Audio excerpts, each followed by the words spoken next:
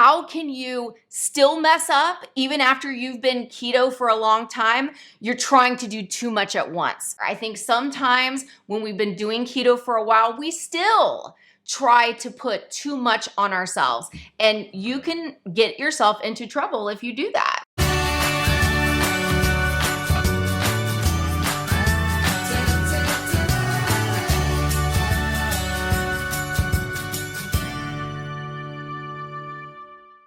Hey, what's up, family? I'm Rachel. And I'm Joe. And we are Two Crazy Ketos. And if you're new to our channel, welcome. Here on Two Crazy Ketos, we do different things like recipe videos and we do product reviews. We talk about various keto topics. And every Monday, we go live on Keto Beyond the Couch because life exists beyond the couch. You can find us in different social media platforms like Facebook, Instagram, and Twitter. And we have a website, which is twocrazyketos.com. And that's where you can find all of our different recipes. And now we do upload at least 5 new videos every single week. So make sure you subscribe to our channel. And don't forget to hit the little bell icon, and that way every single time Joe weirdly goes hunting, you'll be alerted to it. Wow, that looks formidable. Those are some points. So I am going deep water diving today. We're going out on the Rodeo 2 wreck. Is this your first rodeo? It's your first rodeo. It's actually an old boat that it's been down there for a while, and it's actually named after the Fort Lauderdale Rodeo. Oh, I love that. The 25th anniversary of the Fort Lauderdale Rodeo. Now I want to go to the rodeo. So, yeah, we're going deep water diving today. I'm going deep water diving today. Rachel's not. No. And then the second dive is like a reef. And so I'm hoping that we can get some lionfish. We want some dinner. So yeah, so we're gonna go diving on the deep wreck, get some of my advanced certification stuff out of the way. Just have some fun, maybe do some penetration in the wreck, and then we're gonna do the reef, and I'm gonna try to get some lobster and some lionfish. Now, one of my dive buddies, like he's not so interested in hunting, so I've kind of tag along and hunt, but not hold up the group and everything. Yeah. But I'm hoping we can find something. People have asked us about the lionfish, though. So this is a spear. It's actually a Hawaiian sling. And it's got these 3 points on the top and these barbs so that once you get it on there, they ain't coming off? They don't come off. And you really won't hurt the meat too much. Now, the lionfish do have poisonous spines that will really ruin your day. They won't make you sick, but it is very painful. Like a bee sting. Really bad though. Like really bad. So you wear Kevlar gloves. So I wear Kevlar gloves, and then you have this thing here, which is called the zookeeper, and you put them in here. You just shove them in there. Then they can't swim out. And they can't swim out. And then this stops their spines from poking you while you're swimming. The cool thing is this one, you could put lobster in here too. So if I happen to have lobster. But then what happens is let's say you get a lot of lobster. Or you get a whole bunch of lionfish. Watch this. Ready? Mm-hmm. Oh, I hope you get that many. And so this is Kevlar. So their spines can't go through it. And we'll see what we get. I'm just looking forward to having some fun today, living beyond the couch. I like the fact that this leverages the opportunity to not deal diver safety first with tricky things in the wrong environment, right? So when you are on land and you can have time and you have space to deal with cutting off those prongs or deal with the lobsters. Right. You know, that's when you want to deal with them. You want to deal with them when you can stand on shore ground and be able to handle it properly. You don't want to be trying to de-spine those things 60 feet underwater while they're wiggling and your oxygen is limited. Well, some people do, but for me, I would rather get them quick, throw them in there, and deal with it later so that I can go find more. Because if you got to spend a couple of minutes holding them and then cutting the spines off, and you got currents whipping around, that's going to take time, which takes time away from underwater. Well, and I think that will speak to our keto journey, right? Like there are some things where you need to just deal with something immediately and like untangle the rest of it when you have sure footing. You know what I mean? You need to make decisions and things that you do easy for yourself. If you're like, the worst possible thing for me would be to decide like, what am I going to eat keto under a pressure situation? Right. It's not going to be good. You're not going to be successful, and you could actually hurt yourself. Right. So I think it's important to deal with things easily. You know what I mean? Like maybe right now, if you're just getting started in your keto journey, don't be trying to do a lot of things while you're already sort of underwater, so to speak, trying something new. Right. Like go ahead, make things easy on yourself, meal prep, easy meals, things that you can rely on. And if you want to get like fancy, do that like on a weekend or when you are home and you have, you know, more ability to be successful. That's why we say when you're first getting started on keto, at least the first 2 to 4 weeks, the only thing you're worrying about is don't eat carbohydrates. Right. It's hard enough coming from a lifestyle of eating all of the sugar and the pasta and the grains and the cereal and the donuts and being told canola oil is heart healthy.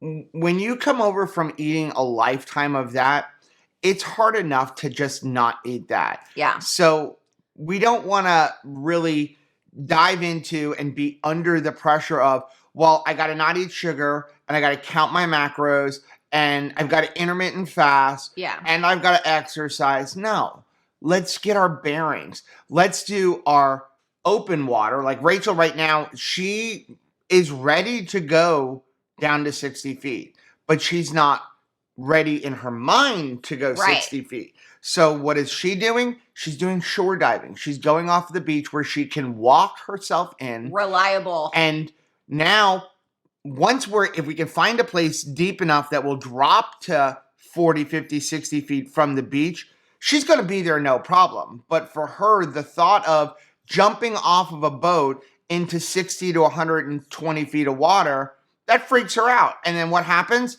She won't get on the boat. But if we take her out and she starts at 15 feet and then I go, hey, follow me. There's a lobster right there. And then she is automatically just down at 45 or 50 feet. She's not even going to notice she's deep and she's like, oh, this was great. But it will happen over time. The same thing with if you're interested in intermittent fasting and you're just getting started on keto, it's going to happen naturally. You're going to be chasing along this lobster that's just a little bit further, and then you're going to look down at your gauge and be like, oh, I'm at 60 feet of water. But the thought of like jumping in, that freaks me out. The first time somebody said to me, oh, by the way, you can only eat 2 meals a day and you can't eat anything until 2 o'clock. I was like, whoa, hold on a minute. Right. Well, and I think it's important to remember that like, even if you are in level 2, you may be like Joe and you are diving deeper, right? You're deeper into your keto journey. He's 6 years into keto.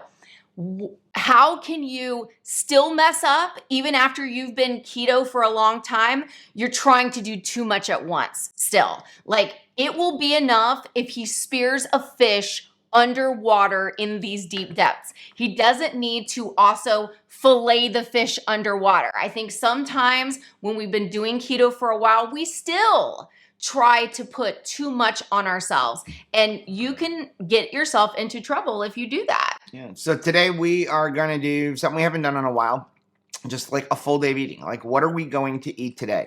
I know there's a lot of new subscribers and they're like, I don't know what to eat. We always tell you, start off simple. Right.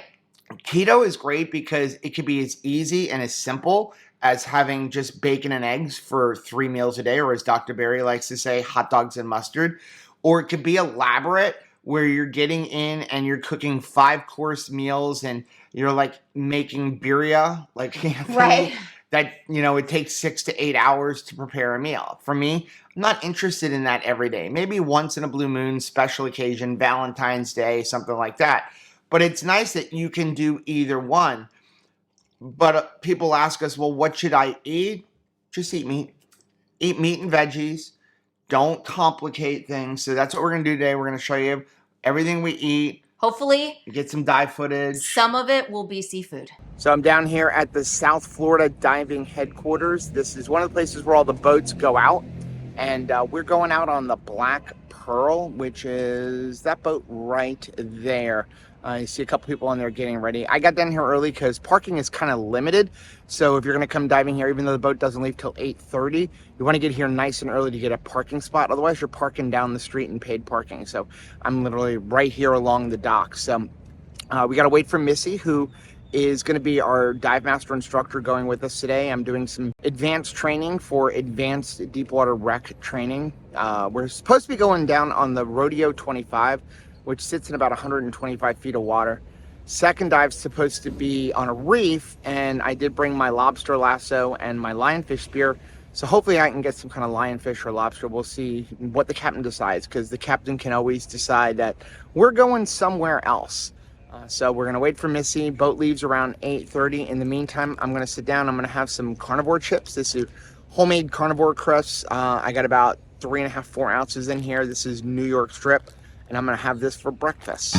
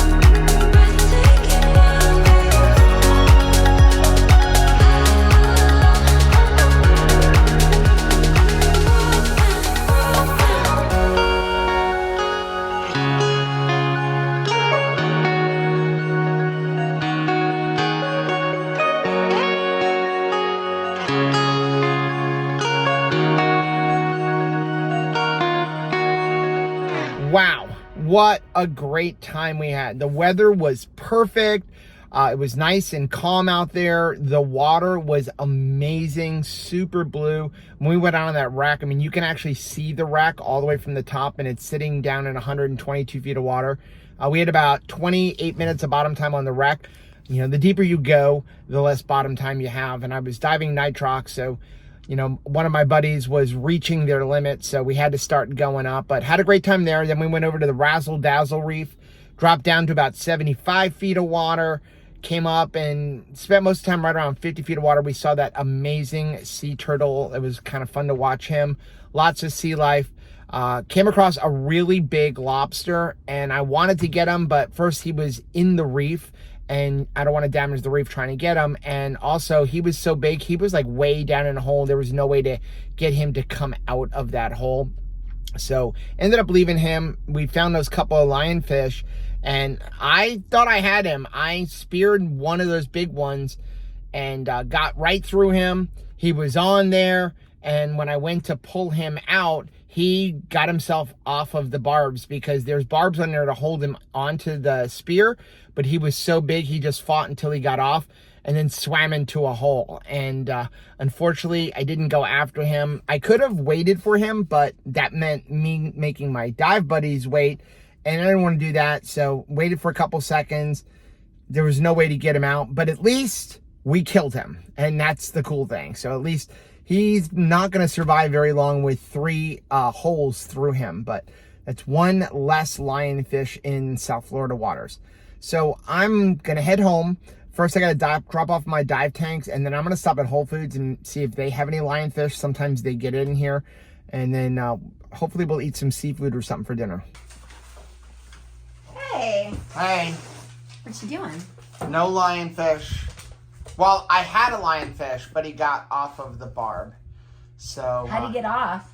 he was big. Wait till you see the footage. I mean, he was Giant? a big lionfish. But I did stop at Whole Foods, and I figured we can eat this for dinner. So I got you a little present. This is bacon wrap scallops. So yeah, Florida scallops. This is a consolation prize for sure. So Rachel wants some salad for dinner. So we're gonna go ahead and trim off some greens from our garden that we have growing here in the living room. And let's go over some of the things that we have growing in here right now. So right here we have some romaine lettuce, some red leaf lettuce. Over here we have some mustard, some tatsoi, another kind of lettuce that I have no idea how to pronounce, like rouge de Hiver. Here we have some sweet Thai basil. We got some parsley down there. Down here we have some chives. There's some green beans growing. Let's see, we got some more lettuce there, some basil. Over here we have some oregano. We have some Monte Carlo lettuce, some Swiss chard, all different kinds of things. We got some dill, banana peppers, some tomatoes, and right there we've got some eggplant growing in. Boy, this looks good. Dinner time, smell this. Oh my gracious. What is that? Is that basil? It's basil, it just smells. Oh my I love gracious. the smell of basil. So we're having dinner. I actually still have some stuff in the air fryer, but this is hot. And so I have some burgers in the air fryers. We're going to have that as well. Oh, here's your soda. Ew, no. What do you mean no? Grape. Why not? Make good choices. We got to use the grape up. So you can drink grape, and I'm going to drink cream. This cauliflower is so good. So here's what we got. We got some of our carnivore chicken nuggets. Link for that up here. We make those by the pound. And then we got some salad with our fresh greens. It's got some cucumber on it. Some leftover prime rib from when we went to Texas Roadhouse. And then to have crunch, because, hey, like, you know, croutons. You want croutons, right? Well, we don't eat croutons. So I have freeze-dried pickles and freeze-dried cauliflower on here. I grew this lettuce. You did? I grew it. I didn't kill it. There's actually something that I've grown that we can eat. Yeah, they're really growing in well. And then here we have bacon-wrapped scallops that I picked up at Whole Foods. Are you going to try these or what? We needed a seafood. Yeah, dink. Oh. Those are sweet. Those are good. Those are good. Mm-hmm. Yeah, I could just eat those all day long. But scallops are a little bit higher in carb, but I'm okay with that. We're not eating scallops every day.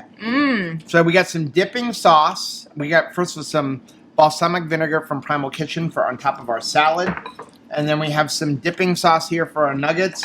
So we got the G. Hughes sweet chili. This stuff is like amazing. Thebomb.com. And then we have some G. Hughes honey mustard sauce. So, is it good? I want to try these chicken nuggets. I got in the middle of trimming the lettuce and I forgot to take them out. So they were completely done, perfect. And then they just sat in there and cooked a little bit more. But they should be pretty good. Oh, yeah. The bacon on the scallops is cooked perfectly. I don't want snotty bacon. I don't want it burnt. This is perfect. So people ask us when it comes to the chicken nuggets, like, how do you like mass make them? What we do is we do 5-pound batches at a time. Then what I do is I put them in the oven, but I only cook them like halfway. So I basically cook them until the chicken is done. So just 5 or 6 minutes, but they're not going to be crispy. They're going to look like they're not cooked on the outside, but the chicken is cooked. And then we vacuum seal them, or you don't have to vacuum seal them. You can just put them in bags, whatever. Vacuum seal them is going to prevent freezer burn. And then we freeze them. And I generally put 10 at a time in a bag because to me, that's a really comfortable serving. Like, you're going to get full eating 10 of these. This is not like, you know, McDonald's chicken nuggets where you need 20 of them. They're filling. Then when we want to cook them or like reheat them, take them from frozen. I throw them in the air fryer on whatever the initial setting is, which on ours is 370 degrees. I let it go for 10 minutes and I flip them halfway through. So around 5 or 6 minutes, I flip them over and they're perfect every time. They come out crispy. They're not rubbery or overcooked in the middle. Oh, no. Absolutely perfect. Every single time. That's how we do it. So diving today, wow, is that fun. Like, I can't wait to get you out on the boat. We just need some good weather. Today was good weather, but now there's like bad weather rolling in. And for the next week, it's going to be like really, really rough seas. I know I will get there. I appreciate your patience like so much. And in the meantime, I'm really glad that you're enjoying yourself. Because you shouldn't have to like not enjoy yourself because I'm not ready. And that's kind of definitely something that we have to make sure that we always keep in our keto. And that is we're individuals. Yep. We're different. And that is okay. For a long time, you go back and watch some of our old videos, it is clear it is not okay with me that we are different. Like, I think that the testimony of us being a good couple is if we eat at the same time and we eat the same things and we eat the same amount and like all of those things. And I'm thankful, especially for Triple B and E, where we really truly learned that that's not true. It's just not, it's not a good indicator of relationship.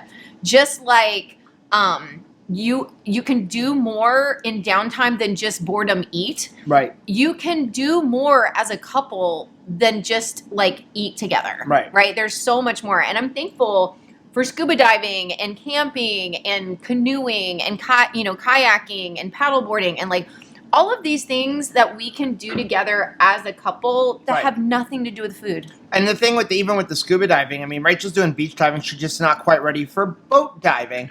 But you also have to remember, like, I was diving a long time ago. I mean, I had like, I don't even know, like over 100 log dives before I moved to Florida. And just, I got bigger and bigger and bigger, and scuba diving was no longer an option for me. You know, when you weigh 300 pounds, it's a little bit more difficult sometimes because you can't control your breathing as well.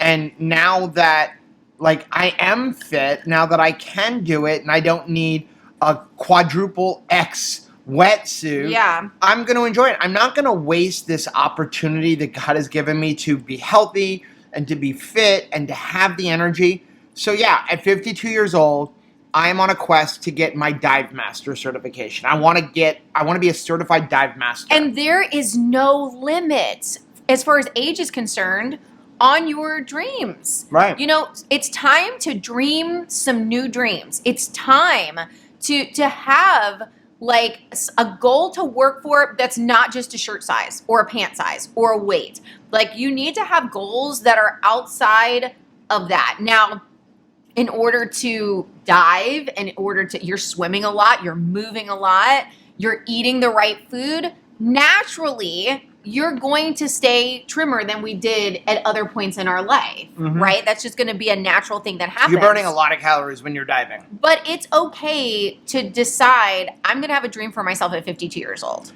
So I got to tell you something before we go.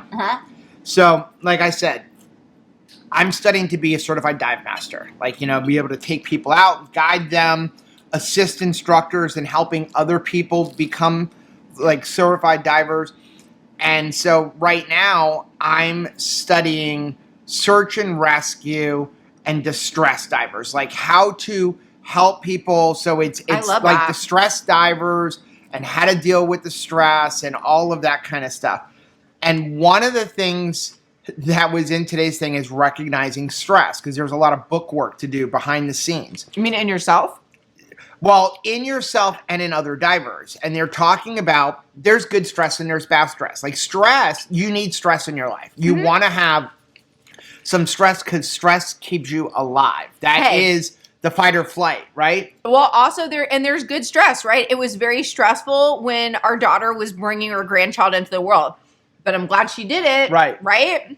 But what they're talking about in this is how you can take stress and recognize when you have a stressed and a distressed diver. Oh, wow. And how to calm them down, how to get them to slow down their breathing. Because if you get stressed underwater, you're going to start to hyperventilate. You got carbon dioxide issues. So we got to get you to calm down on your breathing and how to help them. Has being married to me helped you as far as like calming down other people? That was the perfect training. So, but anyway, one of the things it talks about is like you can eliminate some stressors on your body before going diving. And you're talking about like before a dive trip, get plenty of sleep. If you are going to a dive site, get there early, because if you get there late or right as the boat's going out, now you're going to be panicked. You got to arrange your stuff. You got to make sure you have all your stuff. That's true in life. Panic. What happens when you panic? You forget something, and then you forget something, and you're putting yourself in a bad situation. So get plenty of sleep so that you're not stressing your body with going diving. Make sure you get there early. And one of the things that they're mentioning in there is eating a healthy diet.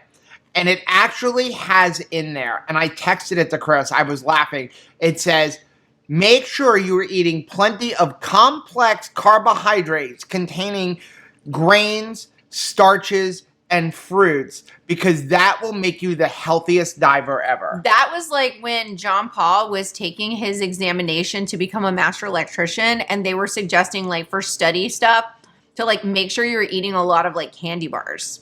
Because you need to like boost that energy. And he was like, I'm actually not going to do that. I'm going to eat a bunch of meat. I'm going to make sure that I'm like, drinking electrolytes. I want to actually be long-term throughout the entire day feeling satiated and alert. I don't want a situation where like, when I begin the test, I can't sit in my chair. Right. And then then like halfway through the test, I completely crash. Right. So, not good. Well, that is going to be the end of today's What We Eat on Keto vlog. If you like seeing videos like this, take a look at some of the videos we have linked right over there. Also, make sure you take a look at the most recent videos I'm going to put right over here. But whether you head this way or you head this way, don't forget to head this way. Subscribe to our channel and click the little bell icon, and that way every single time we have scallops, you'll be alerted to it. Till next time. Bye.